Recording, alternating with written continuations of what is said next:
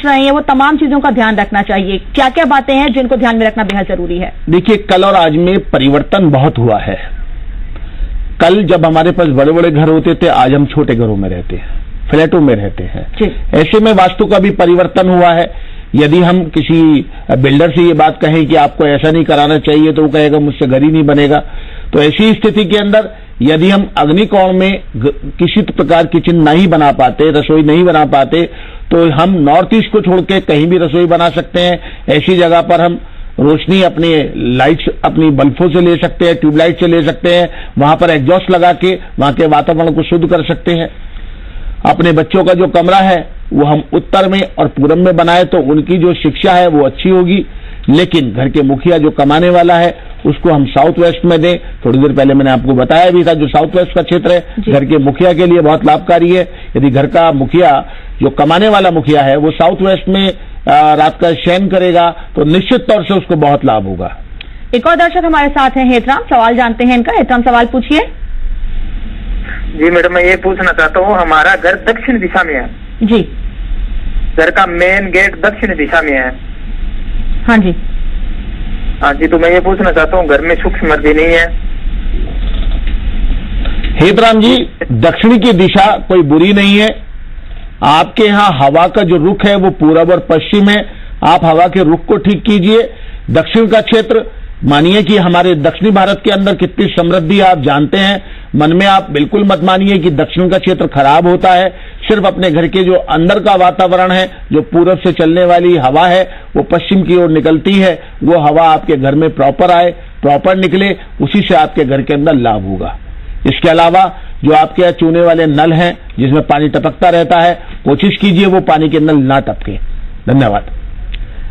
तो ये बहुत सारी चीजें, बहुत इंपॉर्टेंट चीजें सर आपने हमको बताई हैं कि किस तरह के से छोटी छोटी बातों का ख्याल रख के घर में सुख समृद्धि लाई जा सकती है। जैसे कभी हेतराम जी ने सवाल पूछा और आपने बहुत अच्छे से उसका जवाब दिया है सर। एक सवाल मेरे मन में ये भी कि कई बार ऐसा होता है कि सारी चीजें ठीक ढंग से बनी होती हैं, लेकिन फिर भी ऐसा लगता है कि नहीं, कुछ ठीक नहीं है, इस वजह से घर में प्रॉब्लम्स हो रही हैं, मेंटल सेटिस्फैक्शन नहीं होता है, उसके लोगों को क्या करना चाहिए? मेंटल सेटिस्फैक्शन क्यों नहीं है, हमें पहले इसका जानना बहुत जरूरी है। कई बार हमारी आमदनी को लेकर मेंटली अपसेट होता है। कई बार हमारे आने जाने का जो समय होता है वो ज्यादा होता है, उस वजह से हम लोग परेशान हो जाते हैं। कई बार भोजन प्रणाली के अंदर कुछ परेशानी होती है, उसकी वजह से हम परेशान होते हैं। कई बार स्वास्थ्य की वजह से होते हैं। बहुत सारी परेशानियां हैं। मैं सिर्फ इतना कहूंगा, ऐसे घर के अंदर आप पश्चिम के क्षेत्र में एक एग्जॉस्ट लगाइए और सुबह के वक्त में खिड़की खोल के रखिए। सुबह के वक्त में जो पश्चिम में लगा हुआ एग्जॉस्ट है उसको चलाइए। सुबह की जो धीमी हवा आपके शरीर को छूती हुई आपके घर को शुद्ध करती हुई निकलेगी। निश्चित तौर से आपकी परेशानियां कम होगी, आपका घर भी निरोगी हो जाएगा, वहां रहने वाले अच्छा सोचने लगेंगे। क्योंकि सुबह को पूरब की जो चलने वाली हवा है, जो सूरज की रोशनी के साथ साथ हवा घर में आती है, वो आपको नई तरंग लेके आती है, नई तरंग दे के जाती है। बिल्कुल। घर का डेकोरेशन भी काफी हद तक कहा जाता है कि वास्तु के हिसाब से होना चाहिए। इस पर आपसे मैं बात करूंगी। एक और दर्शक हमारे साथ जुड़े हैं, देव हमारे साथ। देव, सवाल पूछिए अपना। आवाज पहुंच रही है आप तक मेरी देव? हाँ जी, सवाल पूछिए अपना। अरे घर का पूछ रहा हूँ, घर में दिक्कत आ रही है और वो दक्षिण में घर का है और दिक्कत बहुत घर में, खुशहाली नहीं। घर में दिक्कत आ रही है और आपने क्या पूछा? बीच में आपकी आवाज कट रही है, एक बार फिर से सवाल रिपीट करेंगे अपना। हाँ जी, घर में दिक्कत किस तरीके की आ रही है? क्या परेशानियां हो रही हैं घर में? और ये दिक्कत आती है, सुख संपत्ति से दे रहे, हम सुख शांति से दे रहे, सुख शांति से दे रहे, बस कोई बिल्ला आती जाती, कोई परेशानियां इनको घर में आती रहती हैं सर। हाँ, देखिए, आप पहले आपका घर किस मुखी है, परेशानी छोटी छोटी किस प्रकार की आती है, जब तक ये नहीं बताएंगे तब तक ये बताना बहुत मुश्किल है कि आपके यहाँ परेशानी का निदान किस प्रकार होगा। अधूरे ज्ञान से बहुत सारी परेशानियां बढ़ जाती हैं, इसलिए यहां से इस क्वेश्चन का जवाब देना मैं आपके फेवर में नहीं समझता, इसलिए मैं उसके लिए क्षमा चाहता हूं। बिल्कुल। तो जो भी सवाल है पूरा क्लियर सवाल पूछिए, क्योंकि आधे अधूरे सवाल से आपकी परेशानियां और बढ़ सकती हैं और हमारे गेस्ट को भी आपके सवाल समझना थोड़ा मुश्किल हो रहा है। किस तरीके की परेशानियां आती हैं आपको, घर में किस दिशा में क्या बना हुआ है, छोटा सा डिस्क्रिप्शन हमें जरूर दे, जिससे कि हम बता सकें कि क्या परेशानी है, उसका सोल्यूशन किस तरीके से लिया जा सकता है। सर, ये कहा जाता है कि किचन इस कोड में होना चाहिए, दरवाजा इस कोड में होना चाहिए, इस तरीके से घर की चीजों का डेकोरेशन होना चाहिए। अगर ये चीजें नहीं होती हैं तो क्या परेशानी घर में आती है, और किचन किस दिशा में होना ज्यादा अच्छा होता है? हमेशा किचन हमेशा साउथ ईस्ट यानी कि आग्नेय कोण में होनी चाहिए। इसकी एक बहुत बड़ा लॉजिक है कि जब सूरज निकलता है तो सबसे ज्यादा उसकी उपस्थिति अग्नि कोण में होती है। सुबह 8 बजे से लेके और शाम को 4 बजे तक सूरज लगभग वहां पर रहता है, और कहा जाता है कि सूर्य की जो रोशनी होती है उसकी किरणों के स्वरूप जब खाना हम लोग तैयार करते हैं उसमें शुद्धता बहुत होती है और स्वाद भी उसका ज्यादा होता है। इसीलिए अग्निकोण के अंदर हमें हमेशा रसोई बनानी चाहिए। ये बात शुरू से जब से हमारा जग बना है आज तक लागू होती आई है। लेकिन कई बार आजकल के समय में हम लोग टॉयलेट भी उसके पास बना देते हैं, तो वहां पर नेगेटिव एनर्जी ज्यादा पैदा होती है, रहने वालों के पेट अक्सर खराब रहते हैं। इस बात का भी जरूर हमको ध्यान रखना पड़ेगा। एक और दर्शक हमारे साथ हैं, जानते हैं सवाल क्या है इनका। सवाल पूछिए अपना। सर, मैं प्रेम बोला हूँ।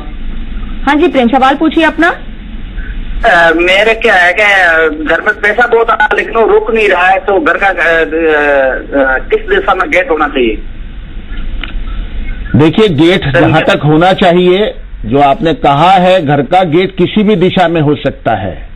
घर की बनावट वास्तु की दिशा से होनी चाहिए, वास्तु के अनुसार होनी चाहिए। आप दिशाओं पर ना जाएं, घर को दिशाओं के हिसाब से बनाएं, उसी से आपको लाभ होगा। आपके यहां जो बरकत नहीं है उसके लिए आप अपने धन को उत्तर में स्थान दें और खुद अपना शयन साउथ ईस्ट को छोड़कर दक्षिण और दक्षिण पश्चिम यानी नेतस्थ में बनाएं। आपको उससे लाभ मिलेगा और शांति मिलेगी। बिल्कुल, तो ये तमाम चीजें हैं, इनको ध्यान में रखते हुए आप अपने घर की प्रॉब्लम्स को दूर कर सकते हैं। डॉक्टर संजीव अग्रवाल, हमेशा जब वास्तु का जिक्र होता है तो ये कहा जाता है कि ईशान कोण में ये चीज होनी चाहिए, ईशान कोण में ये चीज होनी चाहिए। आखिर क्या है ईशान कोण? कुछ आसान लोगों में भ्रांति है, लोग पूरब को ईशान बोलते हैं। एक्चुअली में 360 डिग्रियां तय की गई हैं। हर 180 डिग्री पे आमने सामने पूरब और पश्चिम, उत्तर और दक्षिण होता है, और इसी प्रकार विदिशा है जिसको हम ईशान जिसके ऊपर है वो 90 डिग्री पर होता है। नॉर्थ और ईस्ट यानी कि जहां पर उत्तर और पूरब की सीमाएं आपस में मिलती है 90 डिग्री कोण पर, वहां पर ईशान माना गया है। जब सूरज धरती के ऊपर आता है उससे पहले वो ईशान कोण से ऊपर की ओर प्रस्थान करता है, और जब वो धरती के ऊपर आ जाता है तब हम उसको देख पाते हैं। जो हमारा ईशान होता है वो पॉजिटिव एनर्जी का निर्माता होता है। इसलिए हमारे वैज्ञानिक, जो हमारे पुराने ऋषि मुनि थे, वो कहते थे कि सूरज निकलने से पहले उठना चाहिए तो हमारा शरीर निरोगी होगा। वो आज तक भी सर्वसम्मत है, और यही ईशान का महत्व है कि आप सुबह जल्दी उठिए, सुबह सूरज निकलने से पहले आप फ्री हो जाइए और सूरज के दर्शन करिए। आप बहुत सारी बीमारियों से दूर रहेंगे और बहुत सारे स्ट्रेस अपने आप ही आपके जीवन से चले जाएंगे। तो ये ईशान कोण है। ईशान कोण को लेकर जो भी भ्रांतियां हैं, जो भी कंफ्यूजन मन में है, डॉक्टर साहब ने हमारे तमाम कंफ्यूजन हमारे आपके दूर कर दिए ईशान कोण को लेके। दिनेश, एक और दर्शक हमारे साथ जुड़े, सवाल जानते हैं। दिनेश, सवाल पूछिए अपना। हेलो। हाँ जी, सवाल पूछिए दिनेश। हेलो जी, पूछिए, सवाल पूछिए। हमारे ब्रह्मस्थान में सीढ़ियां हैं, सीढ़ियां ब्रह्मस्थान में सीढ़ी होना आपके घर के हित में नहीं है। जब मानव शरीर को देखिए, मानव शरीर के बिल्कुल ब्रह्मस्थान में नाभि होती है। ठीक उसी प्रकार घर में यदि हम ब्रह्मस्थान के ऊपर सीढ़ियां बनाएंगे तो घर की महिलाओं को हमेशा परेशानी रहेगी, उनके पेट में, उनके पैरों में ज्यादा दिक्कतें आएंगी, उनका स्वास्थ्य अक्सर खराब रहेगा। ऐसे घर की यही स्थिति होती है। आपका काम है, आप सीढ़ियों को हटा के साउथ वेस्ट के अंदर ले जाइए, या वेस्ट में ले जाइए, या साउथ में बनाइए। आपके घर की परेशानियां 100% दूर होगी, ऐसा मेरा मानना है। सर, सीढ़ियों को लेकर दो सवाल हैं कि किस दिशा में सीढ़ियां होनी चाहिए घर में, और अगर किसी कारण से अगर ब्रह्मस्थान में सीढ़ियां हैं, उन्हें नहीं हटा सकते हैं तो क्या उपाय किया जा सकता है? इसका उपाय संभव नहीं है। मैंने इसके ऊपर लगभग 30 वर्ष कार्य किया और मैंने ये पाया कि ब्रह्मस्थल को तो हमें खुला छोड़ना चाहिए। सीढ़ी बनाना इसका कोई उद्देश्य नहीं है, सीढ़ियां वहां से हटाना बहुत जरूरी है। इसके अलावा अगर आठों दिशाओं में कहीं भी सीढ़ी है उसका निदान संभव है, लेकिन ब्रह्मस्थल यानी कि नाभि क्षेत्र पर यदि कोई वजन रखा हुआ है तो उसको हटाने से ही हमें लाभ संभव है। जी, एक और सवाल, सीढ़ियों के अलावा घर की बालकनी को लेकर भी कई दुविधाएं मन में होती हैं। लोग कई बार घर की खूबसूरती के लिए किसी भी दिशा में बालकनी निकाल देते हैं, क्या यह सही है? बालकनी बनाना वैसे तो सर्वसम्मत है, इसमें कोई दिक्कत नहीं है, लेकिन बालकनी बना के सूरज की रोशनी को अर्जित करना, ऐसा पूरब में, ईशान में और उत्तर में ज्यादा लाभकारी होता है जी। लेकिन जिसका घर वन साइडेड है और उसका घर पश्चिम में या दक्षिण में बना हुआ है तो उसकी मजबूरी है, कुछ बायलॉज की वजह है, कुछ वास्तु की वजह से है कि वो बालकनी फ्रंट पे निकालता है, जिसकी वजह से उसको कई बार तनाव होता है। कई बार पश्चिम में यदि बालकनी है, हवा का वेग बढ़ जाता है तो उससे दिमागी स्ट्रेस ज्यादा पड़ता है, ज्यादा परेशानी होती है जी। एक और दर्शक हमारे साथ सुरेंद्र, सवाल जानते हैं इनका। सुरेंद्र, सवाल पूछिए। हाँ सर, ऐसा है, मेरे घर का जो गेट है वो उत्तर की तरफ है, तो क्या उत्तर की तरफ में गेट के सामने गली है, तो इससे क्या कोई दिक्कत है? हाँ सर, ये टी पॉइंट का घर कहलाता है। यहाँ पर या तो मालिक जल्दी जल्दी बदलते रहते हैं या घर के अंदर बीमारियां रहती हैं, जो घर की प्रथम महिला या पुरुष है उसका स्वास्थ्य भी गड़बड़ रहता है। इसके लिए आपको दरवाजा उस गली के पास से सामने से हटा लेना चाहिए, या वहां पर एक कांच का दरवाजा लगाइए जो आपके निकलने पर खुले और आपके निकल जाने के बाद वो बंद हो जाए, तभी आपको इस घर से लाभ हो सकता है। तो घर की दिशा क्या होनी चाहिए, घर में गेट किस दिशा में होना चाहिए, बालकनी किस दिशा में होनी चाहिए, सीढ़ियां किस दिशा में होनी चाहिए, ये तमाम सवालों के जवाब डॉक्टर साहब ने हमको दिए हैं। और अभी भी आप हमसे जुड़कर अपने सवालों का जवाब ले सकते हैं। आपके घर में कोई परेशानी आ रही है और आपको लगता है कि ये चीज आपके घर में वास्तु के हिसाब से ठीक ढंग से नहीं बन पाई है, तो आप उन समस्याओं का समाधान, या अगर जैसा कि डॉक्टर साहब ने हमें यह भी बताया कि तोड़फोड़ में विश्वास नहीं रखता है वास्तु, तो बिना तोड़फोड़ किए किस तरीके से आप अपने घर में सुख समृद्धि ला सकते हैं, कैसे उपायों को अपना के अपने घरों में अपने घर में टेंशन को दूर कर सकते हैं, ये तमाम सवालों के जवाब आप हमसे जुड़ के हमारे खास मेहमान से ले सकते हैं। सर, वास्तु के हिसाब से यह भी कहा जाता है कि बच्चों का स्टडी रूम, बच्चों का खेलने का रूम, पूजा का रूम, ये तमाम चीजें भी खास दिशा में होनी चाहिए। इस पर आपसे बात करेंगे। एक और दर्शक हमारे साथ परम है, जानते हैं इनका सवाल क्या है। परम, सवाल क्या है आपका? जी, मेरा सवाल ये है कि मेरा मकान जो है वो उत्तर दिशा में खुलता है और उत्तर पश्चिम की तरफ जो है वाशबेसिन वगैरह लगे हुए हैं, तो वहां पे जब मैं मिरर फिट करना चाहता हूँ तो मुझे खुद को एबनॉर्मल फील होता है। हो सकता है मेरी साइको ऐसी बनी हो, लेकिन मैं ये जानना चाहता हूँ कि क्या इस जगह पे जो वॉशबेसिन और जो मिरर है वो फिट करना ठीक रहेगा। और दूसरा, जो मेरे घर का जो दरवाजा है, मेन जो गेट है, वो एक मतलब कमरे के थ्रू हमने लिया हुआ है, हमने मेन गेट बना नहीं सकते हैं, तो क्या ऐसा ठीक रहेगा जो उत्तर दिशा में खुल रहा है?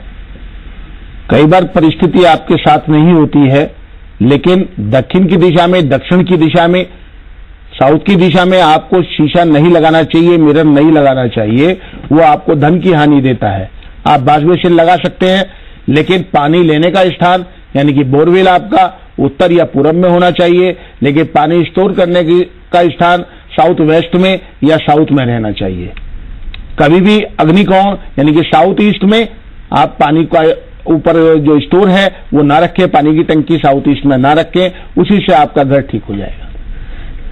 सर, हमेशा ये भी कहा जाता है, हम शुरू से सुनते आए हैं कि घर में फेंग शुई या घर में कुछ खास तरह के प्लांट्स रखना, पौधे लगाना, लाफिंग बुद्धा रखना, ये काफी शुभकारी होता है घर में। इस पर क्या कहना है आपका? देखिए, ये मान्यता के ऊपर बात है। हम लोग तो भारत में रहते हैं और हमारे यहाँ का जो वास्तु है वो बहुत विस्तृत है। जो फेंग शुई आया है वो चाइना से आया है, उनके और हमारी दिशाओं में बहुत फर्क है। तो हमारे यहाँ फेंग शुई का बहुत ज्यादा तो नहीं है, लेकिन फिर भी 20 से 25% हम लोगों का वास्तु से कहीं ना कहीं संबंध है। रही बात बुद्धा की, वो धर्म के अनुरागी हैं, वो भी उनको भी पूजा होती है, लेकिन हमारे भारत के अंदर जो स्थान गणेश जी को मिला है वो देवताओं में सबसे पहले पूजने जाने वाले परम पूज्य हैं। तो ऐसे में लाफिंग बुद्धा की जगह अगर हम गणेश जी को सहसम्मान अपने यहाँ रखें वो ज्यादा लाभकारी है। लेकिन लोग बाग अपने घर के मुख्य गेट के ऊपर गणेश जी को लगाते हैं, इसका मैं हमेशा विरोधी हूं, क्योंकि गणेश जी हमारे चौकीदार नहीं है, उन्हें घर के बाहर कभी भी नहीं लगाना चाहिए। उनका स्थान जो है वो घर के लोगों के ऊपर होना चाहिए, ना कि उनकी पीठ लोगों के ऊपर होनी चाहिए। बिल्कुल बिल्कुल, और ये चीजें ध्यान में रखनी बेहद जरूरी है। अगर आप इन बातों का ध्यान नहीं रखते हैं तो आपके घर में हो सकता है समस्याएं लगातार बनी हो। लेकिन आज हमारे साथ डॉक्टर संजीव अग्रवाल जुड़े, उन्होंने हमारे तमाम सवालों का जवाब दिया, दर्शकों के सवालों का जवाब दिया। उम्मीद करते हैं कि वास्तु से जुड़ी हुई आपकी जो भी भ्रांतियां होंगी, जो दुविधाएं होंगी, आपकी वो दुविधाएं शांत हुई होंगी। डॉक्टर साहब, हमसे जुड़े, समय दिया आपने, बहुत बहुत धन्यवाद जुड़ने के लिए, समय देने के लिए। लाइफस्टाइल में आज के लिए फिलहाल इतना ही, कल फिर होंगे हाजिर कुछ और समस्याओं के साथ, एक और मुद्दे के साथ। नमस्कार।